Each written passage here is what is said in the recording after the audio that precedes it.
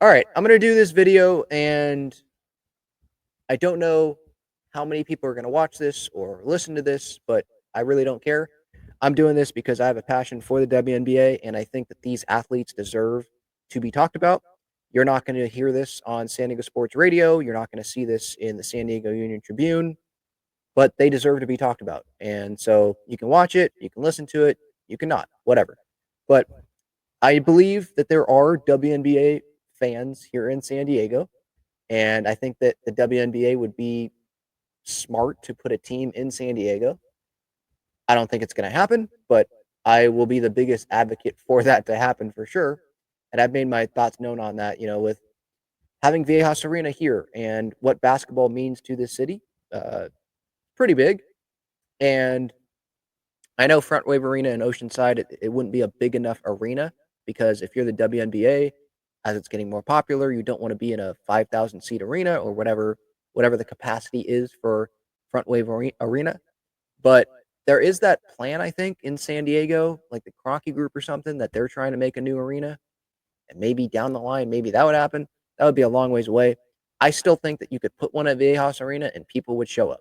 But I know the WNBA, it seems like they want to have teams in NBA markets where like they kind of have the money there and facilities there and all that.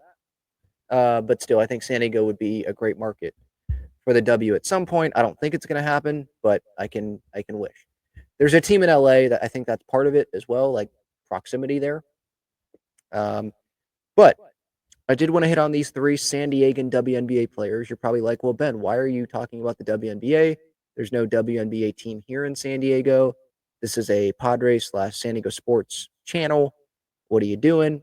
But these athletes, they deserve to be talked about. I believe they deserve to be talked about here in San Diego because they're from San Diego. And although we don't have a team, the WNBA is amazing. It's entertaining. It's great to watch. I am a huge WNBA fan. And so I'm going to talk about it. If you want to just click off of it, go ahead. You don't have to watch or listen, but I'd encourage you to do so. And hopefully you can, hear my thoughts on this, and that will convince you to watch the WNBA, which starts tomorrow, the WNBA season tomorrow. And all three of these players will be in action tomorrow.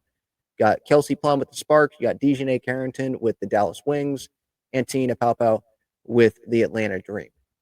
So I think first, I'm going to say the best for last. I'll go with KP last. I'm going to start with Te-Hina Paopao, then go to DiJonai, and then go to KP. Te-Hina Paopao, La Jolla Country Day, same thing with KP. And she started at Oregon. I'm a big Oregon women's basketball fan because of Sabrina Ionescu. And so I was pumped when a San Diegan was maybe going to take over for her. She then ended up going to South Carolina, transferring, won a national championship. What I was impressed by this past season was her ability to make three-pointers. And we saw that in the preseason in that matchup against Indiana Fever, where she was going in a time frame there in that game, going shot for shot with Caitlin Clark from three. So that was pretty cool.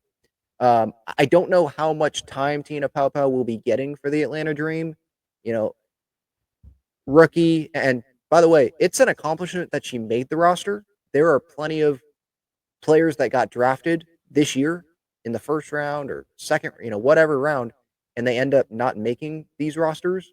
So great job from her just to make the roster. But there's other players that may get some more time to start it off.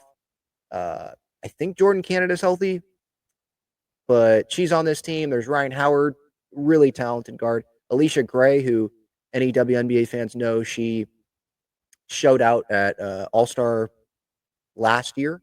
Brianna Jones and Brittany Griner were two splashy signings for the Dream. So this is a team. Carl Smesco as the new head coach coming over from FGCU. It's a team that's going to be interesting to watch, I think, this year, more interesting in years past. And obviously, I'm going to have my eye on them with Te-Hina Paopao playing for Atlanta.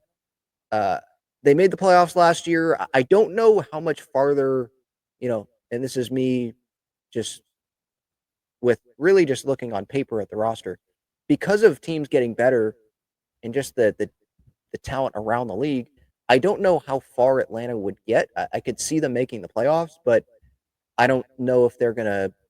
I don't think, at least right now, I don't think that they would win a playoff series. But with the length that they have, with now BG and with Brianna Jones, and then you have Ryan Howard, obviously, and the new head coach, like it's going to be interesting to see if they can end up being really successful against some other teams maybe that don't have the size that Atlanta has. Maybe other teams are more based on shooting, and Atlanta can dominate in the paint. That'll be interesting to see. But Te-Hina Paopao, she could end up starting at some point here. And again, like for me, things that stand out with her is her personality, one, and just she seems like she is a great teammate, someone that you want in that locker room, a part of your organization, someone that can shoot, obviously. And if you watch South Carolina, she can play some defense. She can steal passes. So I love watching Te-Hina Paopao play. Her personality, it seems like she always has a smile on her face. So definitely someone to watch. San Diegan, and out of these three, the Sparks, the Dream, and the Wings, I think the Dream are probably the least likely team to make a run this year. But none of these teams here that I'm talking about are like the Connecticut Sun. For me, I think the Connecticut Sun are going to be maybe the worst team in the league. I know the Valkyries are an expansion team, but I think Connecticut, they're down bad. Marina Mabrey will probably be gone at some point. I don't see really why Connecticut would keep her, especially when she's not going to want to be there because she wants to try to go win. But anyway, so that's Te-Hina Paopao, a little bit about her. At South Carolina, by the way, she was big on that team these past couple of seasons, and being coached by Don Staley, I think obviously is something that will help, in the WNBA. So that's the first one that I wanted to go to. The next one, Dallas Wings and DiJonai Carrington. She obviously from San Diego. She went to Horizon Christian, which is 35 minutes from where I'm at. And she ended up going to Stanford, then transferred to Baylor. So played under some pretty darn good coaches, Tara Vanderveer and Kim Mulkey at Baylor. Then she ends up going to the WNBA. And she initially, I believe, was a six woman off the bench. She's always been really good defensively, and she's talk about the lockdown defense. Anyone that knows about DiJonai, the seat belt, right? That's a thing. She's going to bring that to Dallas with her, and her. I always knew she was going to not be at Connecticut. It was interesting though that Dallas ended up being the spot, but it's going to be a very interesting team. I believe DiJonai won the most improved player this past season. And I think a lot of that is because of the playing time that she had. I'm pretty sure it was most improved.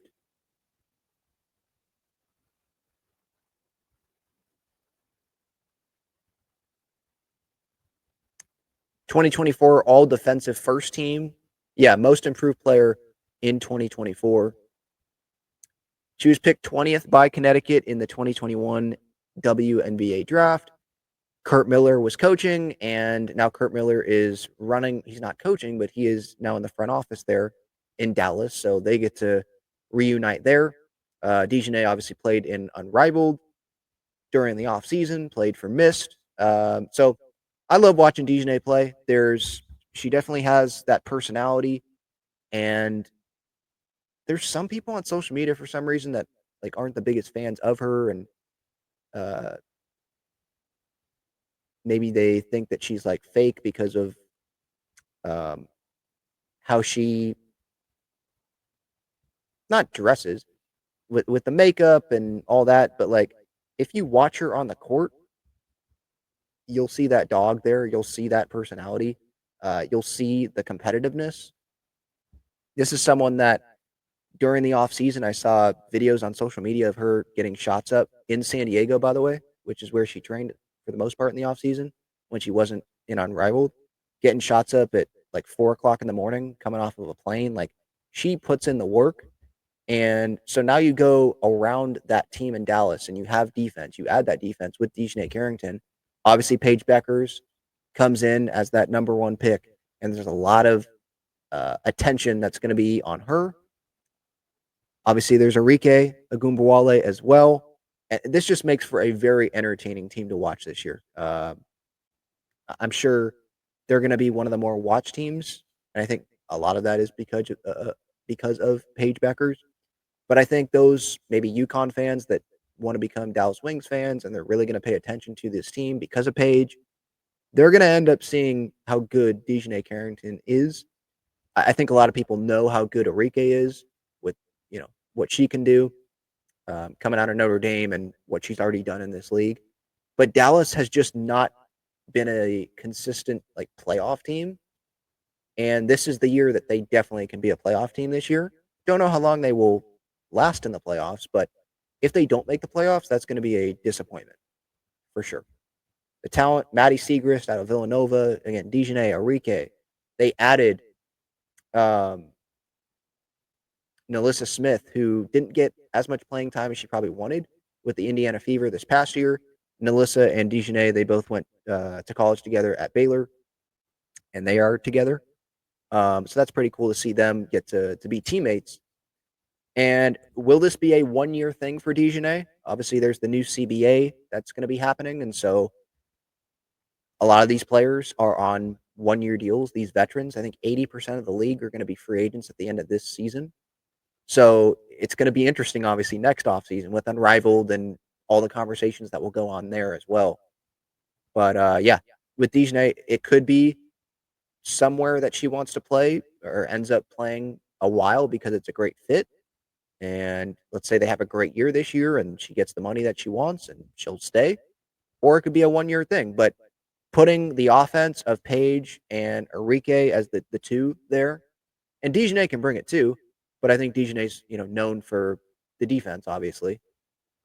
Putting that up there, the offense, combining it with some of the defense that is on this team, that was added to this team, makes it a playoff team, in my opinion.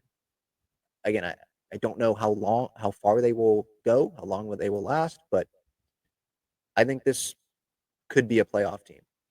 They are definitely going to improve from what they were at last year. I know that's a pretty low bar there because last year it was disappointing again. Let me look up their record again just as a refresher. Record 2024 9-31. The defense needed to be better, and they made changes. They hired the USC assistant coach, Chris Koklanis, and then bringing in Kurt Miller to be the GM. It's going to be an interesting team for sure. So the Dream, the Wings, the two teams I've covered so far, I think those two teams can be playoff teams. I just question how far they will go. Another playoff team. This is the surest bet to be a playoff team, in my opinion, and that is the Los Angeles Sparks. As someone and those that pay attention to my channel, they know that I do not like LA teams. It's really mainly the Dodgers, though, and the Chargers, of course. I just hate watch them. Well, I don't really watch them, to be honest, because I'm not that big of an NFL fan anyway. But any team that's playing them, I root for the team that's playing them. The Clippers is a little bit different. Like, they've kind of turned into my NBA team because to me, like, they're not the true LA team. The true LA team is the Lakers, and there's a bunch of San Diego connections with the LA Clippers. There's the San Diego Clippers, the G League team in San Diego, and I do work for them, so there's that connection as well. So there's the Clippers, and then maybe the other exception that I'd make is the Sparks, because I don't think that there's going to be a WNBA team coming to San Diego. And so there's not like that hate in the WNBA world between San Diego and LA like there is in baseball, right? I've been to a couple of Sparks games, and it was mainly to see the other team. It was not to see the Sparks because they were not good. They stunk last year, and they were not good the year before that as well. Went to see Sparks in the Storm. I loved watching Drew Lloyd, so got to see her, and she dropped like 37 that game. And then last year, I wanted to go because the Liberty were in town to play the Sparks, and I wanted to go see Sabrina live. So, and Stewie, and the Liberty obviously go win the championship. Sabrina's my favorite WNBA player, and Kelsey Plum is right there. Like if you're watching on YouTube, Sabrina's here, and KP is like right there. It's really close. But what got me falling in love with not just college basketball, but women's basketball in general was Sabrina at Oregon, and so like I still have that connection. I'm wearing Sabrina's right now actually, and wear them every day. But KP is right there. Like she threw out the first pitch at the Padres game, 2022 NLDS. She was with Darren Waller at the time, and I remember everyone in the tunnel pregame because I was sitting there waiting for Kelsey, and everyone in the tunnel was screaming for Darren Waller's name. Nobody was asking for Kelsey except me, and so I was able to. She gladly took a picture with me, so that was an awesome moment because I could. To be no disrespect to Darren Waller, I don't care about him. Like I cared about KP, the San Diegan, and I'm a huge WNBA fan, so it was awesome to see KP there. And that was coming off the Aces winning their championship, their second, no, the first, because they won in 22 and 23 and didn't win last year. Liberty won. But yeah, huge KP fan. And so for her, like the Sparks, they're a drive away. Like they're right there. And so I'm not saying I'm going to go buy Los Angeles Sparks jerseys, get a Kelsey Plum Los Angeles Sparks jersey because I don't like having LA on there because I'm not the biggest fan of LA just because of like my biggest passion being the Padres and I hate the Dodgers. But she's like the only player, one of the few, like her playing on the Sparks makes me want to root for the Sparks. So again, I'm not going to be like, oh, go LA, but I, I I want KP to have success, and I really don't care what anyone else thinks. Like, yeah, I'll probably be rooting for the Sparks to have some success. Now, if it's let's say it's Dallas versus the Sparks, you got DiJonai and KP. That'll be interesting. Liberty, obviously a big Sabrina fan, so Liberty and Sparks. Whoever wins is like I'll probably be happy either way, to be quite honest. Like the Liberty, they already have their championship last year. Here KP comes in with the Sparks. And for those that don't know, she went to La Jolla Country Day, like I said earlier. Te-Hina Paopao came in obviously way after her. But she is in the La Jolla Country Day Athletics Hall of Fame. Don't know why it took them that long. She was inducted in 2023. So that took them 10 years to induct Kelsey Plum into their school's Hall of Fame, which is a little weird to me. But CIF championships in all 4 seasons at La Jolla Country Day for KP. San Diego Women's Basketball Player of the Year, San Diego Athlete of the Year, Max Preps All-American, USA Today All-American, McDonald's All-American, all-time leading scorer at the time when she was at UW, 3,527 points. She was drafted to the San Antonio Stars, who ended up moving to Las Vegas to be the Aces. They got those string of number 1 picks, Asia and Jackie, and then Chelsea ends up coming from the Sparks to Vegas. They go win a couple championships. Kelsey's a big part of that. Won a gold medal in not just 3x3, 3-on-3 in the Olympics, but also this past Olympics in the regular 5-on-5. She was a part of that team as well. Wasn't like starting, but she was still a key part in that team. And so she's done everything. Championships, all WNBA first team, MVP of the WNBA All-Star game. She's done pretty much everything. At Washington in college, like you could ding her for, she didn't do much at Washington. Well, it's Washington women's basketball. Like you got to remember, KP like changed that program. But at the professional level, she's done everything. And so I'm very interested in seeing her now going to the Sparks. There was a lot of discussion about her going to maybe the Valkyries and being like the key piece there. But instead, there was the trade where Jewel Lloyd leaves Seattle, goes to the Aces. Seattle gets the number 2 pick from the Sparks. They end up drafting the international. I'm sorry, I don't have the name right in front of me, but she can dunk. Let me actually get that because that's kind of disrespectful. I don't want to just be like, oh, she can dunk. I was listening to a pod earlier today. Dominique Malonga, that's who it is. Yep. And so that trade seems like it could be a win-win-win. Where the Sparks, they got KP from Vegas. Vegas gets Jewel Lloyd from Seattle. Seattle, there was a situation there. Jewel Lloyd didn't want to be there anymore, and that's that. And Vegas is going to be one of those teams to beat this year. They're going to be one of the best teams in the league, like they are every year. And then, yeah, with Seattle getting that number 2 pick and drafting who they got, like potential win-win-win. But yeah, KP comes and she was playing the two. She was the 2 guard because Chelsea Gray was the point god in Vegas, and so with KP there, she didn't show off what she's going to show off with the Sparks. With the Sparks, I think she's going to top 5 in assists, top 5 in points in the league this year. She is going to be in the MVP conversation, I think. Asia's definitely going to be up there. Fee's definitely going to be up there with the Minnesota Lynx, who I don't think people are talking about enough, by the way. Liberty obviously are up there, but the Lynx are right there as being the favorites, I think, going into the season to win the whole thing. With KP, she's going to be up there, I think, in the NBA, the WNBA conversation for MVP. For MVP. There's Caitlin, obviously, with the Fever, and the talent around her and joining her. I think that will only probably help with her numbers, and she got stronger in the offseason and all that. But getting back to KP, like, I think she's going to go off with the talent that's around her, and now she's going to have the ball more. One, she's going to attract a bunch of attention because she's the number 1 there. Like, she's going to be the number 1 option now. Asia was a pretty good option. Chelsea, pretty good option.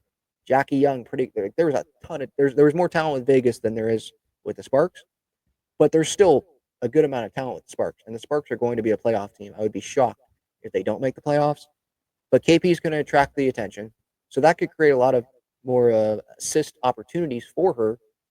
And there are other players, obviously, on this roster that can score, like Rickea Jackson, who had a pretty good rookie year this past season from Tennessee.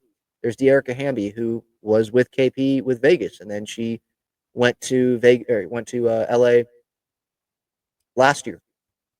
Ray Burrell, who showed out in Unrivaled. Sarah Ashley Barker scored 45 points for Alabama in the NCAA tournament. She joins. She's not going to be starting, but it's another scoring option. Cameron Brink, we'll see when she can be healthy. But Azurá Stevens, really the main options here, at least to start the year. Azurá Stevens, Dearica Hamby, and Rickea Jackson. Those are the big 3 there, in my opinion, that will be options for KP to pass to. And those are good options. And KP, I don't think she got enough recognition for how good she is as a passer when she was with Vegas, because Chelsea Gray was making a lot of the highlight passes, and she should definitely get the highlights for sure. Like, she deserves it. Chelsea Gray is one heck of a player, but KP is one heck of a player as well. And I think, she did what she needed to do in Vegas. She won a couple of championships. She'll be remembered fondly there forever. Now, though, she gets to be the player. I think she likes that, and in a good way, like getting the opportunity to mentor younger players coming into the league. She has the dog class with Under Armour, right? With upcoming college players and helping their transition into the professional ranks and into the WNBA, and gives them resources that they can use and helps connect players to different players that maybe they love watching and they can learn some things from. Like, it's great what she does. So I don't think it's like in a bad way that she wants to be the player, but in a good way where she can teach, like I just said, mentor, and be the real leader with how many years she now has in the league, and being coached by Becky Hammon and playing with Asia and Chelsea and Jackie and Candace for a little bit before she got hurt. Like, a lot of good players that she's played with, and now that can transfer over for her in this leadership role with the Sparks, because you go around this roster, Rakia Jackson, young. Hamby is the vet for sure. But there's players like Sarah Ashley Barker and Cameron Brink, who hasn't played a full season yet, obviously. There are players on this roster that will probably be key players for the Sparks moving forward that really could benefit from KP Sonia Fagan from South Carolina. Players that can really benefit from KP and her leadership. And with this, I'm going to be really interested in seeing, with the new head coach coming in from Utah, seeing the strategy here. How many threes is KP going to be shooting, And then how many passes into the paint are we going to be seeing? And those close shots. How many layups can they get, in transition? It's going to be very interesting to see. The new head coach, by the way, from Utah, Lynn Roberts. Very good coach in college. So it's going to be interesting to not just her, but there's Smesko, obviously, another college coach coming to the WNBA. So, with KP, like, this new chapter in her career, again, going from being one of the stars on the Aces for sure. She's one of the stars in the WNBA, but she wasn't the star. That was Asia. The star is now KP on the Sparks. Are they going to go win the championship? I don't think so. But are they going to make the playoffs? Yes, they will. Can they win a playoff series? I think they could. Maybe it depends on the matchup, right? And there could be some, obviously, acquisitions in season. But they definitely have the talent to make the playoffs. And I think that they're in a better spot right now than Atlanta is. And I think you can make the argument that they're in a better spot than Dallas is right now. I think there's going to be more hype on Dallas. I think the most talked about teams in the WNBA this year will be the Indiana Fever, obviously, the New York Liberty, the Dallas Wings, and probably the Aces because of Asia and Jewel Lloyd coming over. I don't think the Lynx are going to be talked about as much as they should. I don't think the Sparks will be talked about as much as they should. Maybe the Valkyries will be talked about more than they should because of, they're being an expansion team. But yeah, I think the Sparks definitely could be under the radar this year. And I'm going to be interested. I'm going to be watching a lot of Sparks games probably this year because of KP and my love for KP, because she's so fun to watch. And I love seeing San Diegans, just dominate up there in the W. So hopefully you enjoyed this. Maybe this got you more interested in the WNBA. Tomorrow, the start of the WNBA season, all of three of these players, Te-Hina Paopao with the Atlanta Dream, 4:30 p.m. Pacific time on Ion. League Pass, by the way, go get League Pass. It's $35 for the entire season. All games that aren't nationally televised games, $35. Like, that's nuts, considering the price for MLS Season Pass or MLB TV or Padres TV. I know that's 162 games, not 44, but that's still nuts. I don't know a bunch about the NFL package, but I assume that this is way cheaper than that, cheaper than the NBA League Pass. So, yes, I totally would recommend you go, even if you're not watching the entire league and you just want to watch the Sparks, or you just want to watch the Wings for DiJonai, you just want to watch the Dream for Paopao. Maybe you're not one of those fans, but you want to watch the Fever or whatever.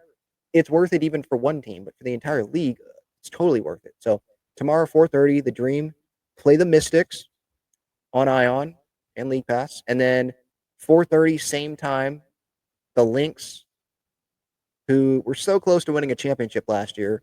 They're such a fun team to watch. They're going to be playing at Dallas. So DiJonai and Dallas tomorrow at 4:30 on Ion and League Pass. And then at 7, Ooh, get your popcorn ready. KP's regular season Sparks debut at Golden State. The Golden State Valkyries. There was the preseason game that the Sparks, I believe, barely won. Not a lot of preseason games, by the way, and camp is not very long. So we might be seeing some interesting basketball to start off here. But yeah, tomorrow 7 p.m. Ion and League Pass. Sparks at Valkyries. And then on Saturday, man, those are some good games. No San Diegan, none of those three San Diegans, but Aces and the Liberty, Sky and the Fever. Those two matchups on the same day, that is nuts. But hey, the WNBA, they know what they're doing to get some viewers there. And then the Sparks are back in action on Sunday at 3 in their home opener against the Minnesota Lynx, which should be a pretty fun one as well. So catch me watching a lot of WNBA this year. I don't know if it'll be like weekly updates on these San Diegan players, or maybe I won't do many updates at all. Maybe it just depends on, one, my schedule, and two, maybe I do it when there's like a big moment by Kelsey Plum or a big moment by DiJonai or Te-Hina Paopao. Maybe the Dream get off to a surprising start and I do something there. I don't have like a schedule on what I'm going to be doing here talking about these players. And maybe I'll talk about the league overall as well. But I do understand that this is a San Diego sports channel mainly. So I want to keep it to the San Diegan players. Again, I know there's no WNBA in San Diego, but I'm a big WNBA fan. You can choose not to watch it or listen to it. That's totally fine with me. But these are three San Diegans that I'm interested in, and I think that there's an audience for it.